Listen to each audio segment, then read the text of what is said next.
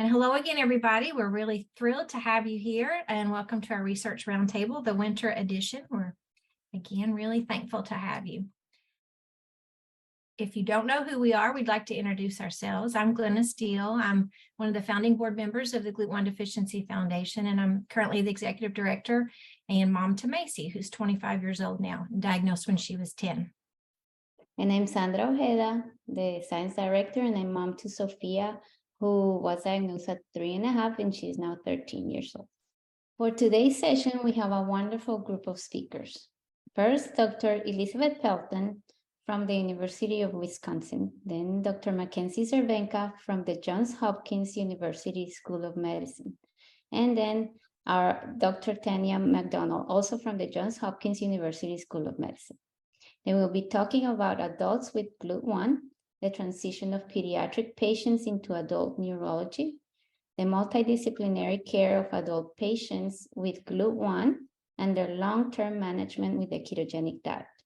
We hope these wonderful presentations will inform adult neurologists to help ease the care of adult patients with Glut1 deficiency. We're thankful to all of our speakers and participants for accepting our invitation to present and participate in this meeting.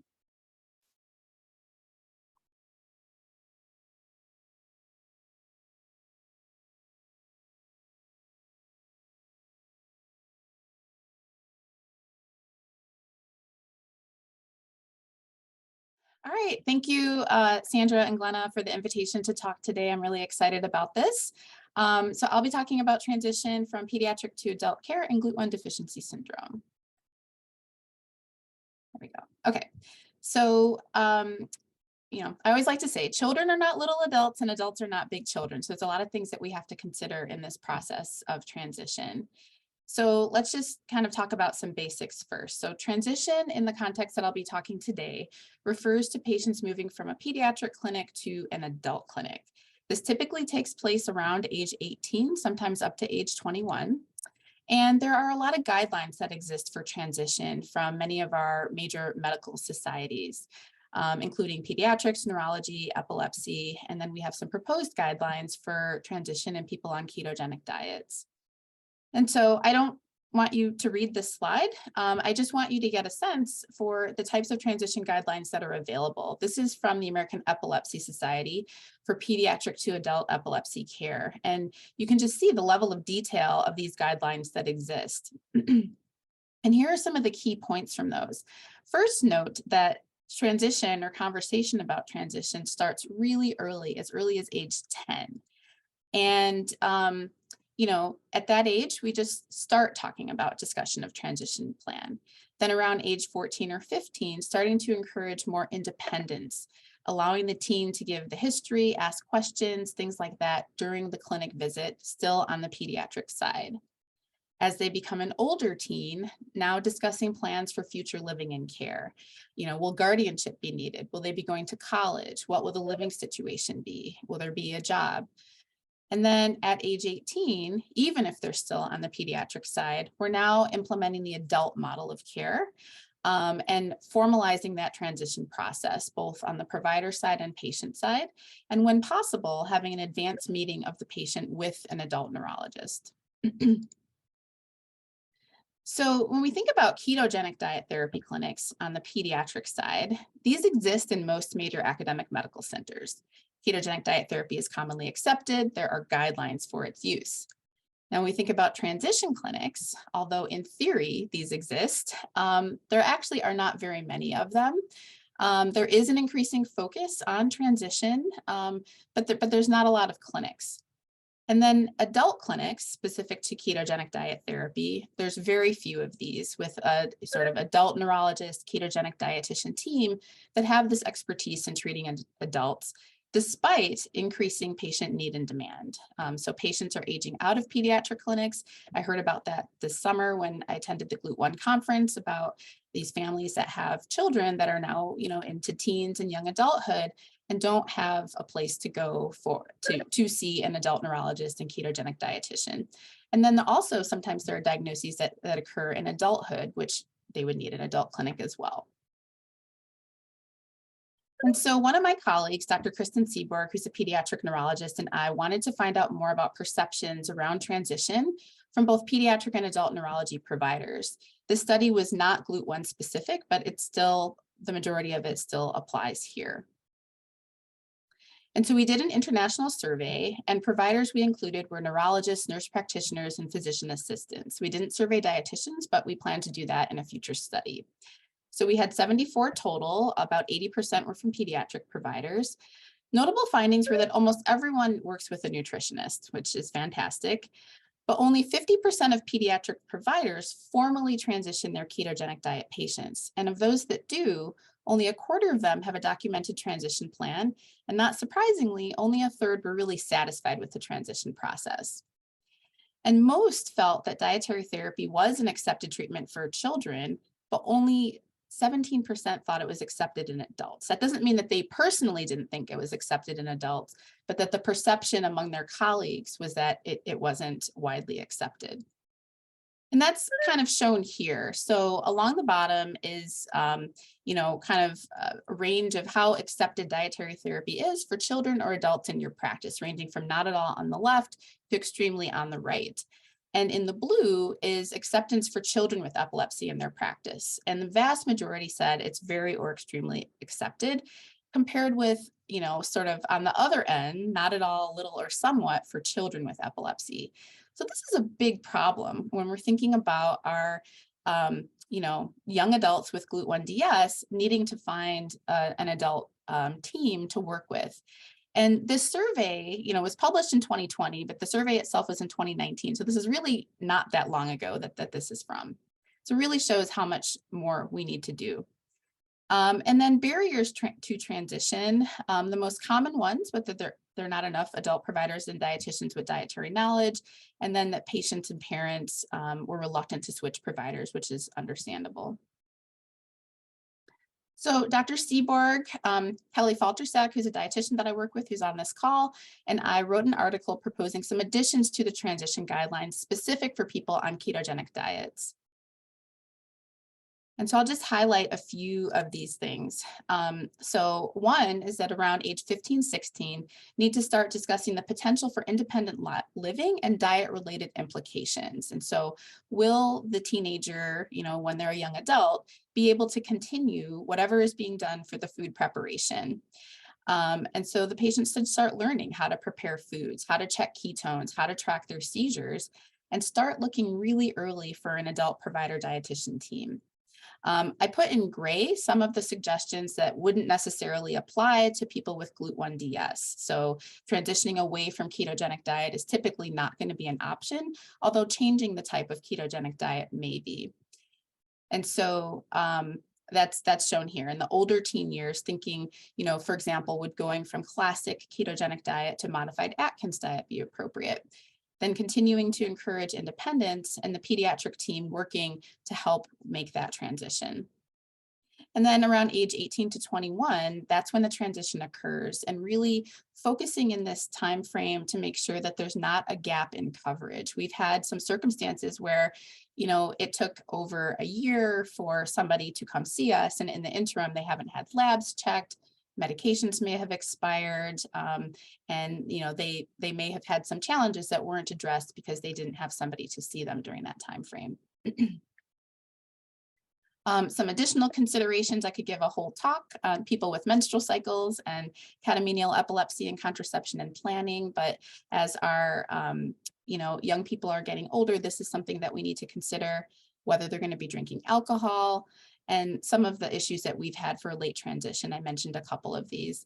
This last bullet here about decreased ketone levels, we've seen that there can be some carb creep as people get older, where they're consuming more carbs, and that can lead sometimes to destabilization of seizures or the dyskinesias that are seen in Glut1DS. And so, is there an increase in adult ketogenic diet therapy clinics?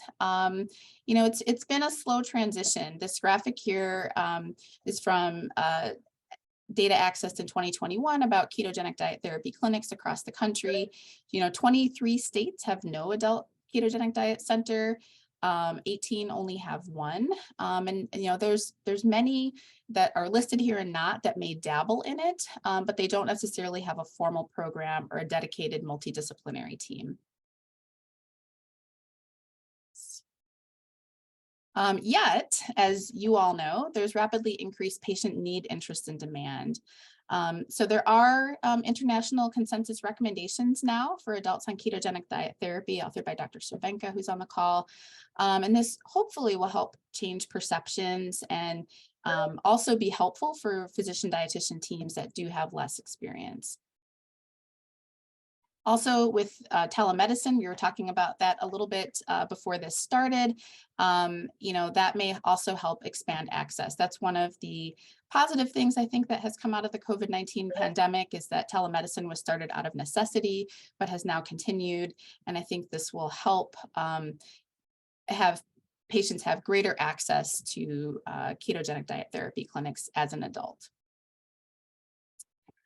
All right, so these are recommendations from the International Glut1DS study group that came out in 2020. You know, ketogenic diet remains standard of care for Glut1DS, and these benefits do extend into adulthood. But the MAD, or modified Atkins diet, may be more feasible in adults and adolescents for quality of life and compliance. And so this is from the Collective Voices project that was done in 2021, and Dr. Cervenka is going to share more details of this in her talk, but I wanted to highlight a couple things. So according to the Collective Voices project, 25% of people felt that ketogenic diet affected their social life. And so on top here are the top 3 reported challenges that were reported, including social implications and lack of spontaneity.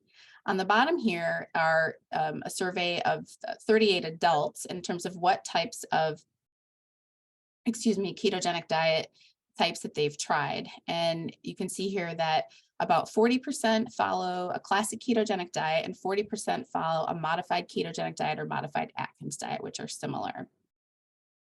And so I won't get into this in detail, but this is just a quick comparison of those two. So in a classic ketogenic diet, there are strict ratios. Foods are typically weighed on a gram scale. In a modified Atkins diet, we limit net carbohydrates in adults typically to 20 grams of net carbs per day. Foods aren't weighed on a gram scale, and they do still get into ketosis and typically maintain the same benefits that they would have in terms of reduced seizures and reduced dyskinesias as they would on the classic ketogenic diet. Okay, so I'm gonna end by going over a case of a patient that we saw in our clinic. I did change some of the details out of patient privacy. So there are some small changes, but overall this summarizes the case. So this was a young woman with Glut1DS who was age 18, who we saw in our clinic. She'd been on ketogenic diet therapy since she was 11, had a couple seizures a year, mild intellectual disability, and was on a 3-to-1 ratio ketogenic diet, had been on anti-seizure medications in the past, but wasn't currently. So first visit to the adult clinic, she came with her parents who do most of the food preparation for her. Her last seizure was about a year ago, but she was having episodes during exercise where she feels like, quote, the muscles in my legs and feet stop working. So she was having paroxysmal exercise-induced dyskinesias, which we can see in Glut1DS. On review of the ketogenic diet, she was very good at staying away from carbs because she said she's not had, quote, real bread or traditional desserts in years. She enjoyed eating a pile of meat, but when probed, was not following a 3-to-1 ketogenic diet as strictly as in the past, and had gained about 20 pounds in the last year without increasing height. We're not checking ketones very much anymore, but when they did, they were typically trace or small. So we sent them home with our intake form, which is a 3-day food record, ordered some labs, and had them start tracking on our calendars. So this was, I don't expect you to read this, but this was a day of their food record. And I'll just highlight a couple things that were included on here. So one was, toast and butter. So healthy life, whole wheat toast, 5 grams of carbs, some grapes, and Top Secret popcorn. So some of these items are not ones that we would typically have on a ketogenic diet, but there were, many items, cream and liquigen and meats and things like that, butter, that we do often include. Our dietitian reviewed the food record and calculated that there were 92 grams of total carbs or 58 net grams. And this is how it broke down in terms of the ratios for each meal and snack, as well as the total calories. And so her impression was that the daily caloric intake of about 2,800 calories significantly exceeded the estimated needs, was not meeting the goal ketogenic ratio, which was 3:1 for any of the meals or snacks. And the carbohydrate intake was likely too high to achieve consistent levels of ketosis, which is reflective of the ketones that they were getting at home when they checked. So we advise either going to at least a 2:1 classic ketogenic diet or transitioning onto a modified Atkins diet. The family chose to try the 20-gram net carb limit MAD.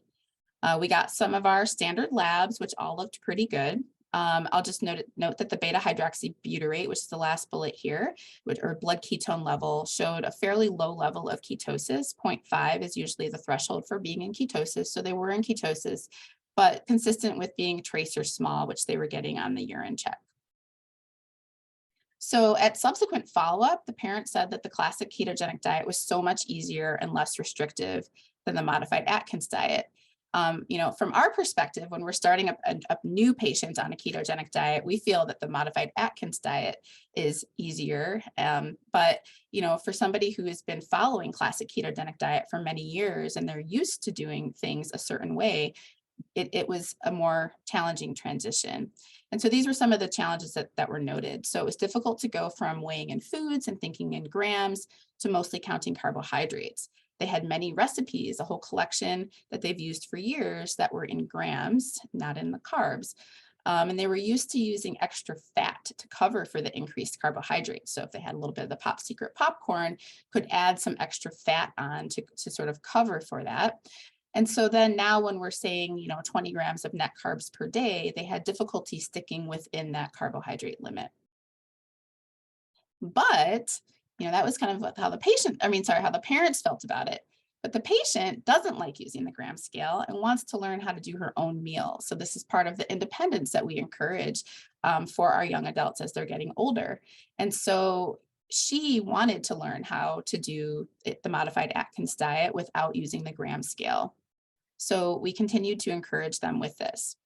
Some of the benefits of transitioning, are that we can actually get higher ketone levels if compliance was an issue on the classic ketogenic diet. We usually think that, you may have higher ketone levels on a higher ratio ketogenic diet, but if you have that carb creep or increasing carbohydrates over time and trying to cover it with fat, you may not get as good ketone levels, as well as you may have weight gain from excessive calories. There's also no need to weigh foods, calculate ratios, count calories, maybe easier to try new recipes. And then, as we have our young adults who want to have a social life and go out with friends, it may be easier to eat out at restaurants or in social settings. And overall may give more flexibility, and they can use mobile apps that can help with tracking this as well. So at our most recent follow-up with this patient, she was seizure-free, had been for some time, and the paroxysmal exercise-induced dyskinesias, which was still an issue when we first saw them, are now very rare. And they're able to use 4:1 liquid ketogenic supplements to help prevent those or treat, in situations when they anticipate that they may occur. They're much better at following the 20-gram net carb limit. They are choosing lower carb snacks like pork rinds instead of popcorn. Still some trouble limiting portion sizes, leading to higher carb counts, but that's something that we've been working on. And this has been a process over many visits. This is not something that, over 1 or 2 clinic visits, suddenly they were, had fully made this transition. This was over, a couple of years, and we've been working with them longer than that, actually, at this point, getting to this place. The weight stabilized, and the parents are continuing to encourage the patient to take more responsibility for their food choices. They're using a blood ketone meter, which the patient likes better than checking urine ketones, and overall they're satisfied with being on the modified Atkins diet. So this is just one case, but I just wanted to provide an example for how this transition can go with both the benefits and challenges. So in summary, key point, discussion about pediatric to adult transitions should start very early as age 10. And then if appropriate, working towards independence early with meal planning, food selection, checking ketones, etc. And then a few years before, start asking questions about adult clinics and where you can find one near you, or will it be possible to do it over telemedicine? Charlie Foundation is an example of a website that does have a database of these clinics. And then, if appropriate and with discussion, consider the pros and cons of a transition from classic ketogenic diet to the modified Atkins diet, if that would be something that would fit better within the lifestyle of the young adult. And then I just want to acknowledge my team at UW Health. Kelly Faltersack, the dietitian I work with, is on the line, as is Therese Ashkenazi, a nurse practitioner who works with our team as well. And then I want to thank the Glut1 Deficiency Foundation for this invitation, the people that I work with for research, and my mentors, including Dr. Cervenka, who's on the call. And then here are just some websites, and it's okay if you screenshot this with more information where you can find more information. So thank you.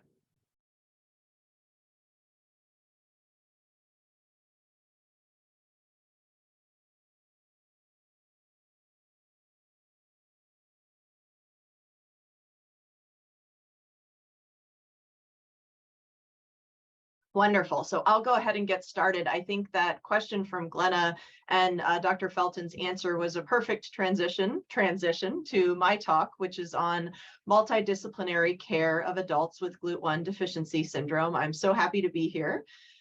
Here are my disclosures. And our objectives for this portion of the talk today are to review the varying presentations of Glut1 transporter type 1 deficiency syndrome in adults, investigate symptomatic management for adults with Glut1DS using a multidisciplinary approach, and identify areas for opportunity to improve clinical care for adults with Glut1DS. As Dr. Felton did, I would like to start with a case presentation, and this is a patient from our center, and very much the situation that was just described, where in fact I learned much more from this patient and their family than I have ever been able to share with them. So this has been really quite a journey for me as well. This is a 33-year-old woman. She was born full term by vaginal delivery following an uncomplicated pregnancy, and her family history is negative for any genetic disorders or consanguinity. Her early development was normal until age 10 months. And I just want to also say that this case presentation has been published in Neurological Sciences in 2022. And the primary author is Dr. Luis Diaz-Arias. And this was just really a wonderful opportunity. And I'm very happy that the family and the patient were willing to share this experience. So at age 10 months, she began having language delay and her first afebrile generalized tonic-clonic seizure that went on to become multiple tonic-clonic seizures. At age 19 months, she developed dystonic movements with right arm and leg inversion or extension, neck contraction and head rotation, followed by rhythmic circular oscillating movements of the head, and was also diagnosed with absence seizures. Her evaluation initially consisted of her being admitted to a local hospital where a head CT, a brain MRI were both normal, as well as a routine EEG.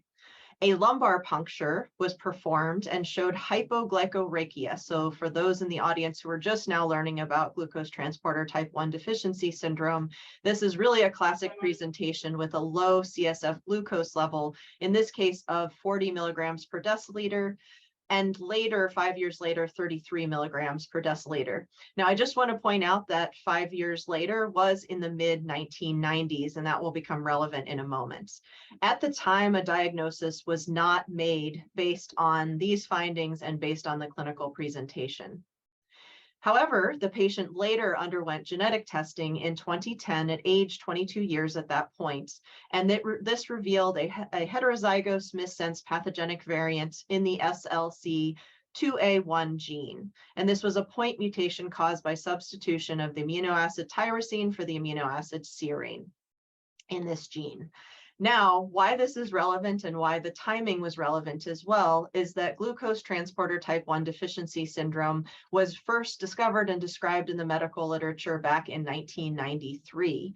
And so very few practitioners would have been familiar with this syndrome when the patient first presented, and certainly when she had evidence of hypoglycemia in her cerebral spinal fluid. And as we all know, this is a deficiency in which glucose is not effectively transported across the blood-brain barrier to be used as fuel for the brain. Now, moving on with this patient's presentation, thinking about her and thinking about how patients would typically present with this syndrome, patients can present with very variable phenotypes. The classic childhood phenotype onset is opsoclonus-like head and eye movements in the first 2 years of life. Early onset of absence seizures before age 3 years. And so we really encourage clinicians to think about glucose transporter type 1 deficiency syndrome if there's a very early onset of absence seizures before you would typically expect them in childhood absence epilepsy, and then a variety of movement disorders. And these can also be mistaken for seizures as well, such as ataxia, dystonia, chorea, gait abnormalities. And as you heard from Dr. Felton, these are also often paroxysmal. There's accompanying intellectual and developmental disabilities such as cognitive and speech, and symptoms are exacerbated by hunger, illness, and exertion. Now, what about adults with glucose transporter type 1 deficiency syndrome?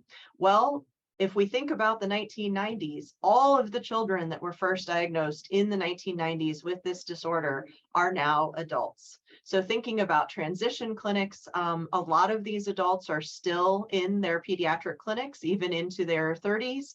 And these patients, we really need to start thinking about how to transition them to adult clinics, particularly if they're on ketogenic diet therapies or other specialized therapies for this particular syndrome.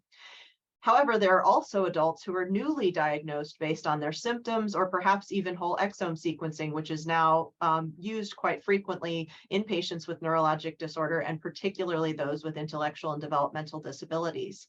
Some adults are identified actually after their own children are brought to medical attention and diagnosed, and some of these adults are in fact asymptomatic. What symptoms might you see in an adult? You can see mild to severe chronic encephalopathy or developmental disability, dysarthria, frequent, infrequent, or no seizures, varying spasticity, ataxia, and also other things that have been described are alternating hemiplegia, writer's cramp, and as you heard, paroxysmal exercise-induced dystonia or dyskinesia, and often things like migraines and comorbid psychiatric illness. Now, you also heard from Dr. Felton a little bit about the Collective Voices Project, which has really given us a wealth of information, including information about the experience of adults with Glut1 deficiency syndrome. In this study, in this survey that was performed through the Glut1 Deficiency Foundation, 23% of respondents out of 238 were adults, ages 18 to 53 years. The average age was 22 years. What I'd like to highlight are a few things that are relevant to thinking ahead about the multidisciplinary approach to the management of adults with Glut1DS. First of all, here is the list of symptoms that were reported. This list is much larger than what I showed in the standard literature and our understanding of Glut1DS just from looking at a group of patients systematically. You can see many more symptoms that are described by patients themselves. And I think what is really, really important with regards to symptoms and quality of life, I am an epileptologist. I think about seizures. I imagine that seizures impact quality of life. We have movement disorders experts that think that movements would be what most impacts quality of life. But in fact, if you ask patients what impacts their quality of life most and ask their families, it's the cognitive or intellectual difficulties, speech and communication issues, and lack of independence. And we'll come back to this. Some other just striking highlights when I looked through this, this material, the diagnosis was made after an average of 8 physicians saw the patients. And so when we go down looking at the different types of physicians, you can absolutely see that it really depended on the patient's clinical presentation and which symptoms were being focused on with regards to what type of physician they saw in the first place, and then needing to see multiple different physicians and multiple different specialties until this diagnosis was considered. Other findings that are of particular importance with regards to cognitive, which we already learned is the most related to quality of life and school performance, was that all forms of school-based therapies were reported as highly beneficial for these individuals, and that other therapies such as speech, occupational, and physical therapies were tried in 85% and found to be beneficial. In adulthood, what was also striking was that seizures were most often improved. So I mentioned that seizures could increase, decrease, or stay the same. What stayed the same typically were cognitive, speech, and language with memory deficits and worsened movements and stamina and energy. So again, I'm an epileptologist, I think about seizures, but in fact, sometimes patients that I see that are adults with Glut1 deficiency syndrome had a history of seizures. The seizures have gone, but you can see these other deficits that are really impacting quality of life even more. Now, you heard from Dr. Felton, and you'll hear more from Dr. McDonald about ketogenic diet therapies. And this is just to mention that ketogenic diet therapies are still the mainstay and treatment for glucose transporter type 1 deficiency syndrome. However, most of the research, most of the focus to date has been on how these therapies affect seizures. You will hear more about how these therapies might affect the other symptoms. And part of the reason that we think that this is the case, and we think that perhaps these change over time, is because the energy demands of the brain change over time. And this slide I have borrowed from Dr. Jörg Klepper, which is just a beautiful illustration of how the energy demands increase in early childhood and then gradually decrease over time. And that perhaps diet therapies can be modified with that in mind, but also perhaps that's an explanation for why the presentation of Glut1 deficiency syndrome is very different in children, adolescents, and adults. And so here's another illustration by Dr. Klepper as well that also shows that perhaps the use of different ketogenic diet therapies, as you heard, may change over time. And that is primarily because you have a decrease in the energy needs and that you may not need to be in such a high state of ketosis later in life. But as I mentioned, the symptoms do change as well. So the needs of the patient change over time. Dr. Felton also mentioned our current recommendations paper for the management of ketogenic diet therapies in adults. And here are all of our collaborators from the United States and internationally. And we're very thankful to have had this opportunity. And I just wanted to highlight a couple of the recommendations, specifically to consider ketogenic diet therapy options and tailor the selection based on patient preference, support structure, autonomy, and mode of feeding. And among the different specific disorders where it is highlighted to consider use of ketogenic diet therapies in adults, we do have glucose transporter type 1 deficiency syndrome listed for all of the reasons that you've heard about. This is Bobby Henry Barron. She is the dietitian that I have worked with since we opened our Johns Hopkins Adult Epilepsy Diet Center in 2010. And what is incredibly important is having dietitian nutrition support for patients that are on a ketogenic diet therapy or any sort of therapeutic diet for the management of Glut1 deficiency syndrome. And so we concluded that frequent support from a team of providers is important to foster knowledge, skills, and confidence in adults in managing their ketogenic diet therapy. Now back to our patient. What happened with our patient? So with regards to management, prior to being diagnosed with Glut1 deficiency syndrome, you can see an entire long list of anti-seizure medicines that were tried, and not surprisingly, were not terribly effective. The patient was also prescribed Lurosol for spasticity.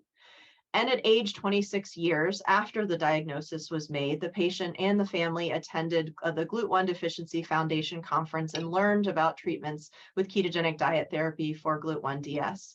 They began restricting carbohydrates to 30 grams of net carbs, so subtracting fiber per day, and noticed some clinical improvement. However, they weren't certain about how to sustain the diet over time. And so at age 27 years, the patient was seen at our center and instructed to measure ketones and to reduce carbohydrates to fewer than 20 net grams of carbs per day. And what I'd also very, very much like to emphasize is that simultaneously, the family began to pursue cognitive rehabilitation services And at that time, the patient was really nonverbal and not particularly interactive. And they had not considered using these services prior to this because they had been discouraged, thinking that there was not going to be improvement. However, they were able to get approval for these services in 2020. Now, what was the outcome? So before the patient was started on the diet, before they began to have these services, they had daily dystonic episodes. The seizures were already controlled, and that happened in early adulthood. So there's always the question of what happens to seizures over time, whether you treat them or not with these individuals. And then the patient still had language impairment and severe intellectual disability. Now, after the diet and after being started on these therapies, the patient had one dystonic episode every 1 or 2 months, typically around menstruation, so in a catamenial pattern or triggered by exertion, tapered off of all anti-seizure medications and had no seizure recurrence, and with cognitive improvement, and they stopped the Lurosol as well. Now, what I'd like to highlight with the neuropsychological evaluations, and this is really vital and why we thought that this case report was definitely really illustrative of other improvements that can occur with patients with glucose transporter type 1 deficiency syndrome, even if treatment is initiated in adulthood, is that this patient at age 21 before these interventions had an IQ of 37 with severe to moderate intellectual disability. And at age 31, this increased to 52, which is considered a significant improvement to a mild to moderate. Now, what do we have in the literature to guide us with regards to a multidisciplinary approach to the management of glucose transporter type 1 deficiency syndrome? There have not been studies that have looked particularly at this condition, but as you've heard, we are thinking about a whole host of different symptoms that can contribute to the reduction in quality of life that really need to be addressed. Now, there are different approaches with individuals with intellectual and developmental disabilities, and here is just one paper that talks about all of the different providers and aspects to consider out in the community.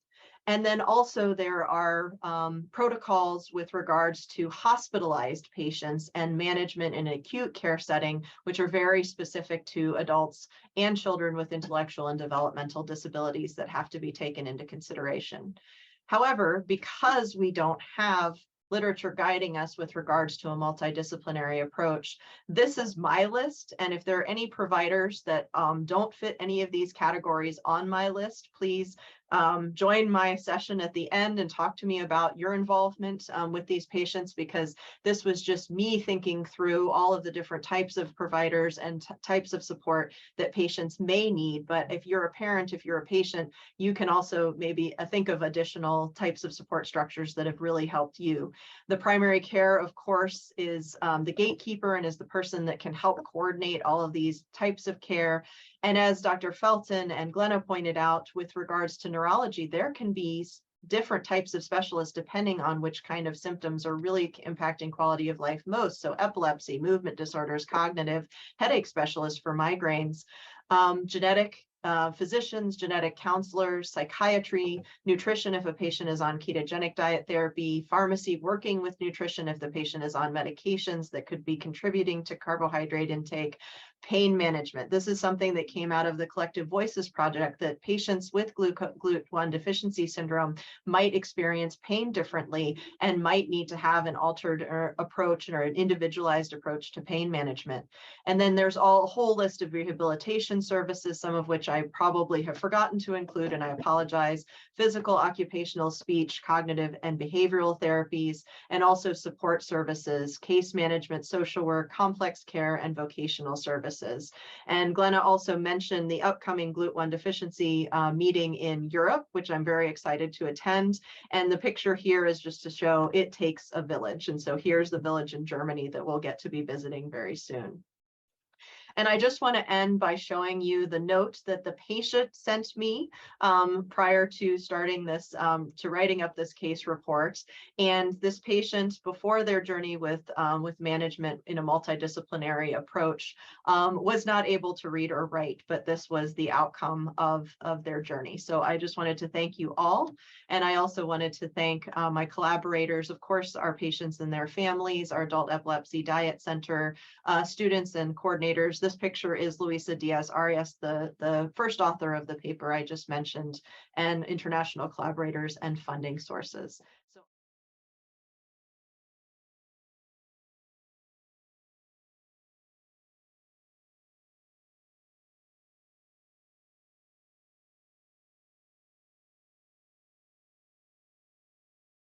All right, well, thank you guys for the opportunity to speak here today at this clinical roundtable on long-term management of adults using ketogenic diet therapies.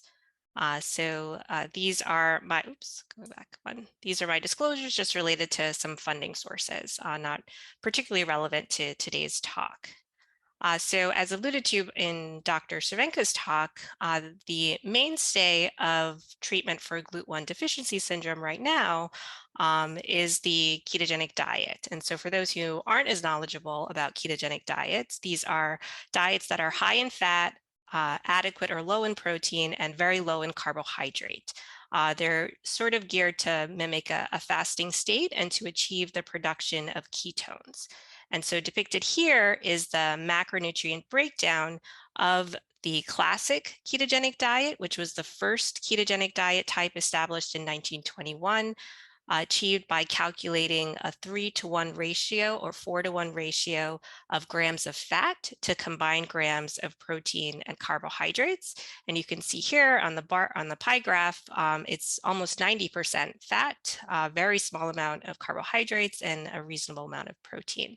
And over time, to increase palatability and tolerability of diet therapy, various ketogenic diet variants have been developed, including the modified ketogenic diet, which aims for a slightly lower ratio of 1-to-1 or 2-to-1, the modified Atkins diet, which aims to limit total net carbohydrates for the day to less than 10 to 20 grams of carbs, the low glycemic index treatment, which instead of overly restricting carbs actually aims to select carbohydrates that have a low glycemic quality, and the medium chain triglyceride oil diet, which allows more permissive carbohydrate intake because of the types of fat consumed, namely medium chain triglycerides, which are more easily metabolized by the body to produce ketones.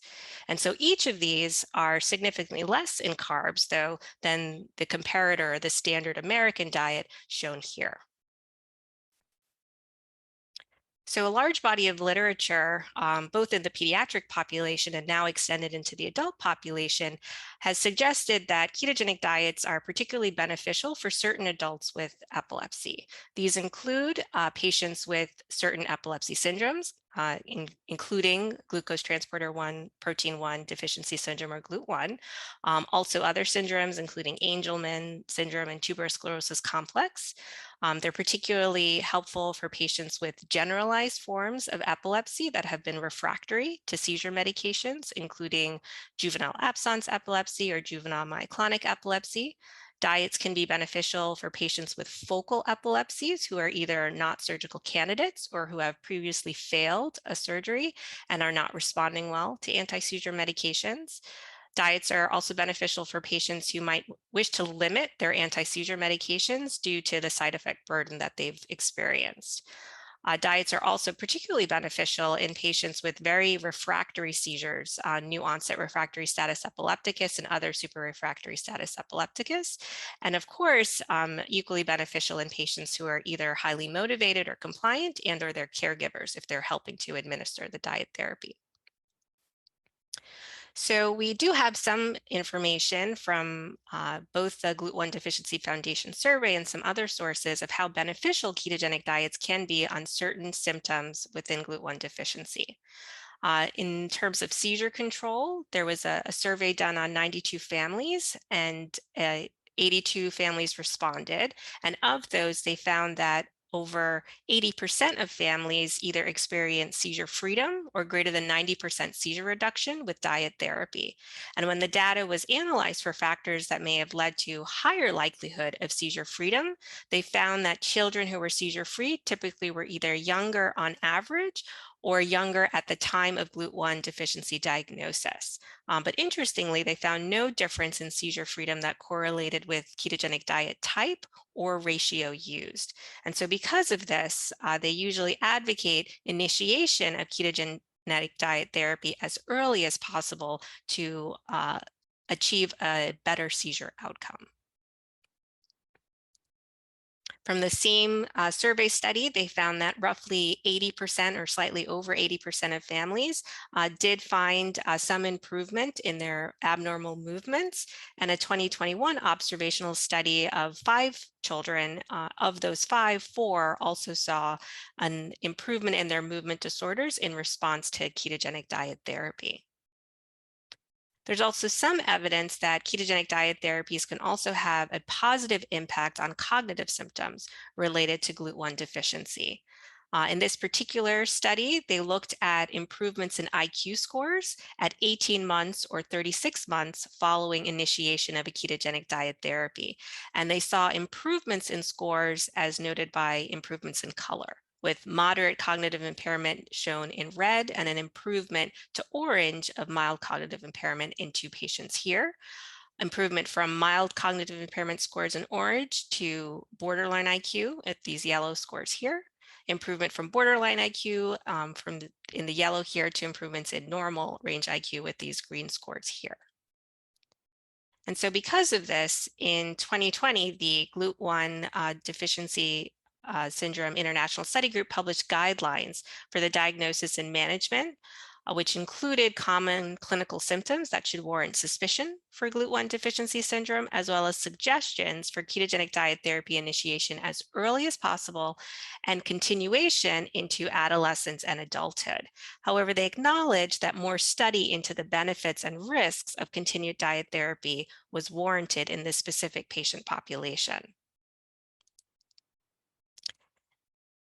And so optimizing ketogenic diet management in adults is very much at the heart of what we do at the Johns Hopkins Adult Epilepsy Diet Center, which opened its doors for treatment of patients in 2010, a little over a decade ago.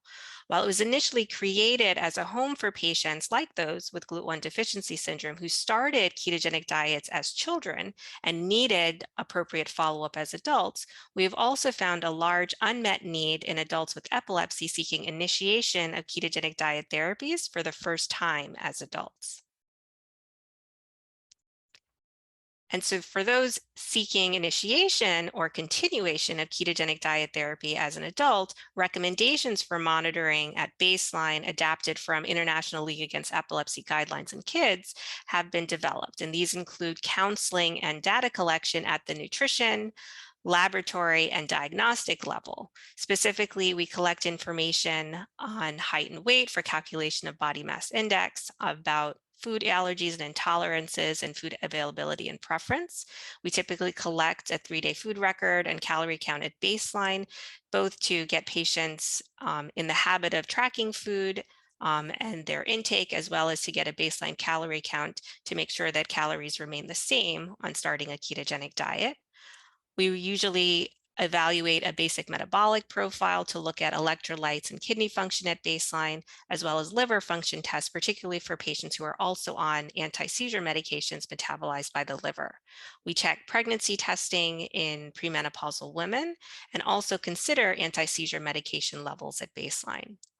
While metabolic testing is pretty routinely done in the pediatric population, not only to help with etiology of seizures, but also to look for potential contraindications for diet therapy, that we do this less commonly in the adult population, as most of the contraindications for diet therapy have already identified themselves in patients before they come to us to seek therapy. There are also a number of tests that we recommend following at follow-up in patients who are continuing on a ketogenic diet therapy. These can, of course, include looking at anthropometric measures like changes in weight and body mass index, looking at the marker of outcome that you're interested in, whether it be seizures, movement disorders, etc. Looking at compliance and adherence with the diet assessed by both food records as well as with ketone monitoring, either through blood beta hydroxybutyrate monitoring or urine acetoacetate monitoring. While we usually recommend pretty regular checking of ketone levels in the early months of ketogenic diet therapy, later in therapy, diet adjustments are usually focused on optimizing treatment response and minimizing side effects and maximizing sustainability rather than just gearing everything to a specific ketone level.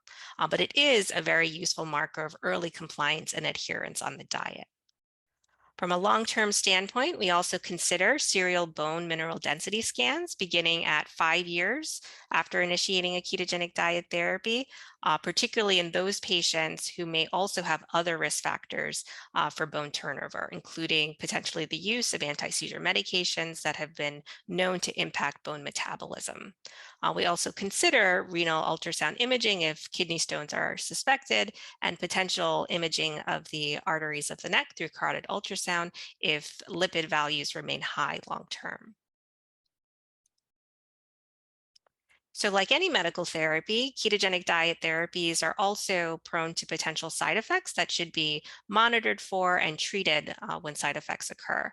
This list is just a few of the more commonly reported side effects, which can include constipation, often appropriately treated by hydration, an increase in sugar-free fluids, an increase in group A vegetables or bulky fibers, consideration of avocados or MCT oil use or stool softeners if needed.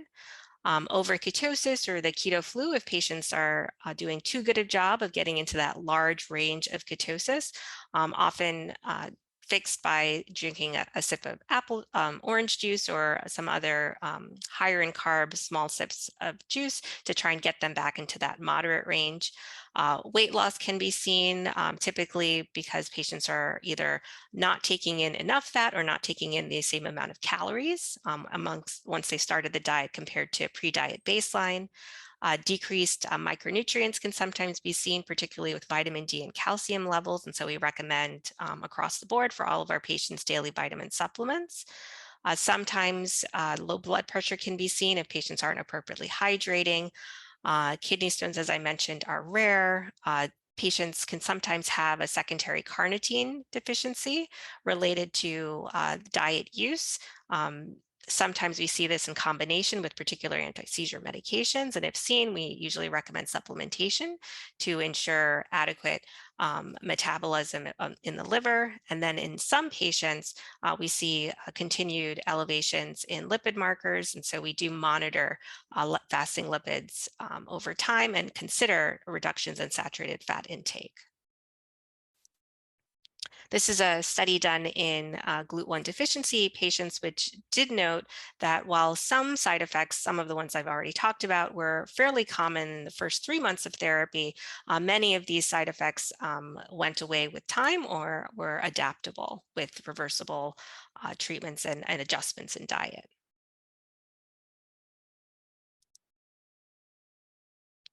So we're also pretty interested at our center in different long-term impacts of the ketogenic diet in the adult population, specifically interested in cardiovascular health outcomes. And so one of the studies we did early on was a cross-sectional study of established and new patients coming to the Adult Epilepsy Diet Center, examining markers of cardiovascular health. And we found that patients treated with the modified Atkins diet for over a year actually showed improvements in triglyceride levels, weight, body mass index, and percent body fat when compared to diet naive controls.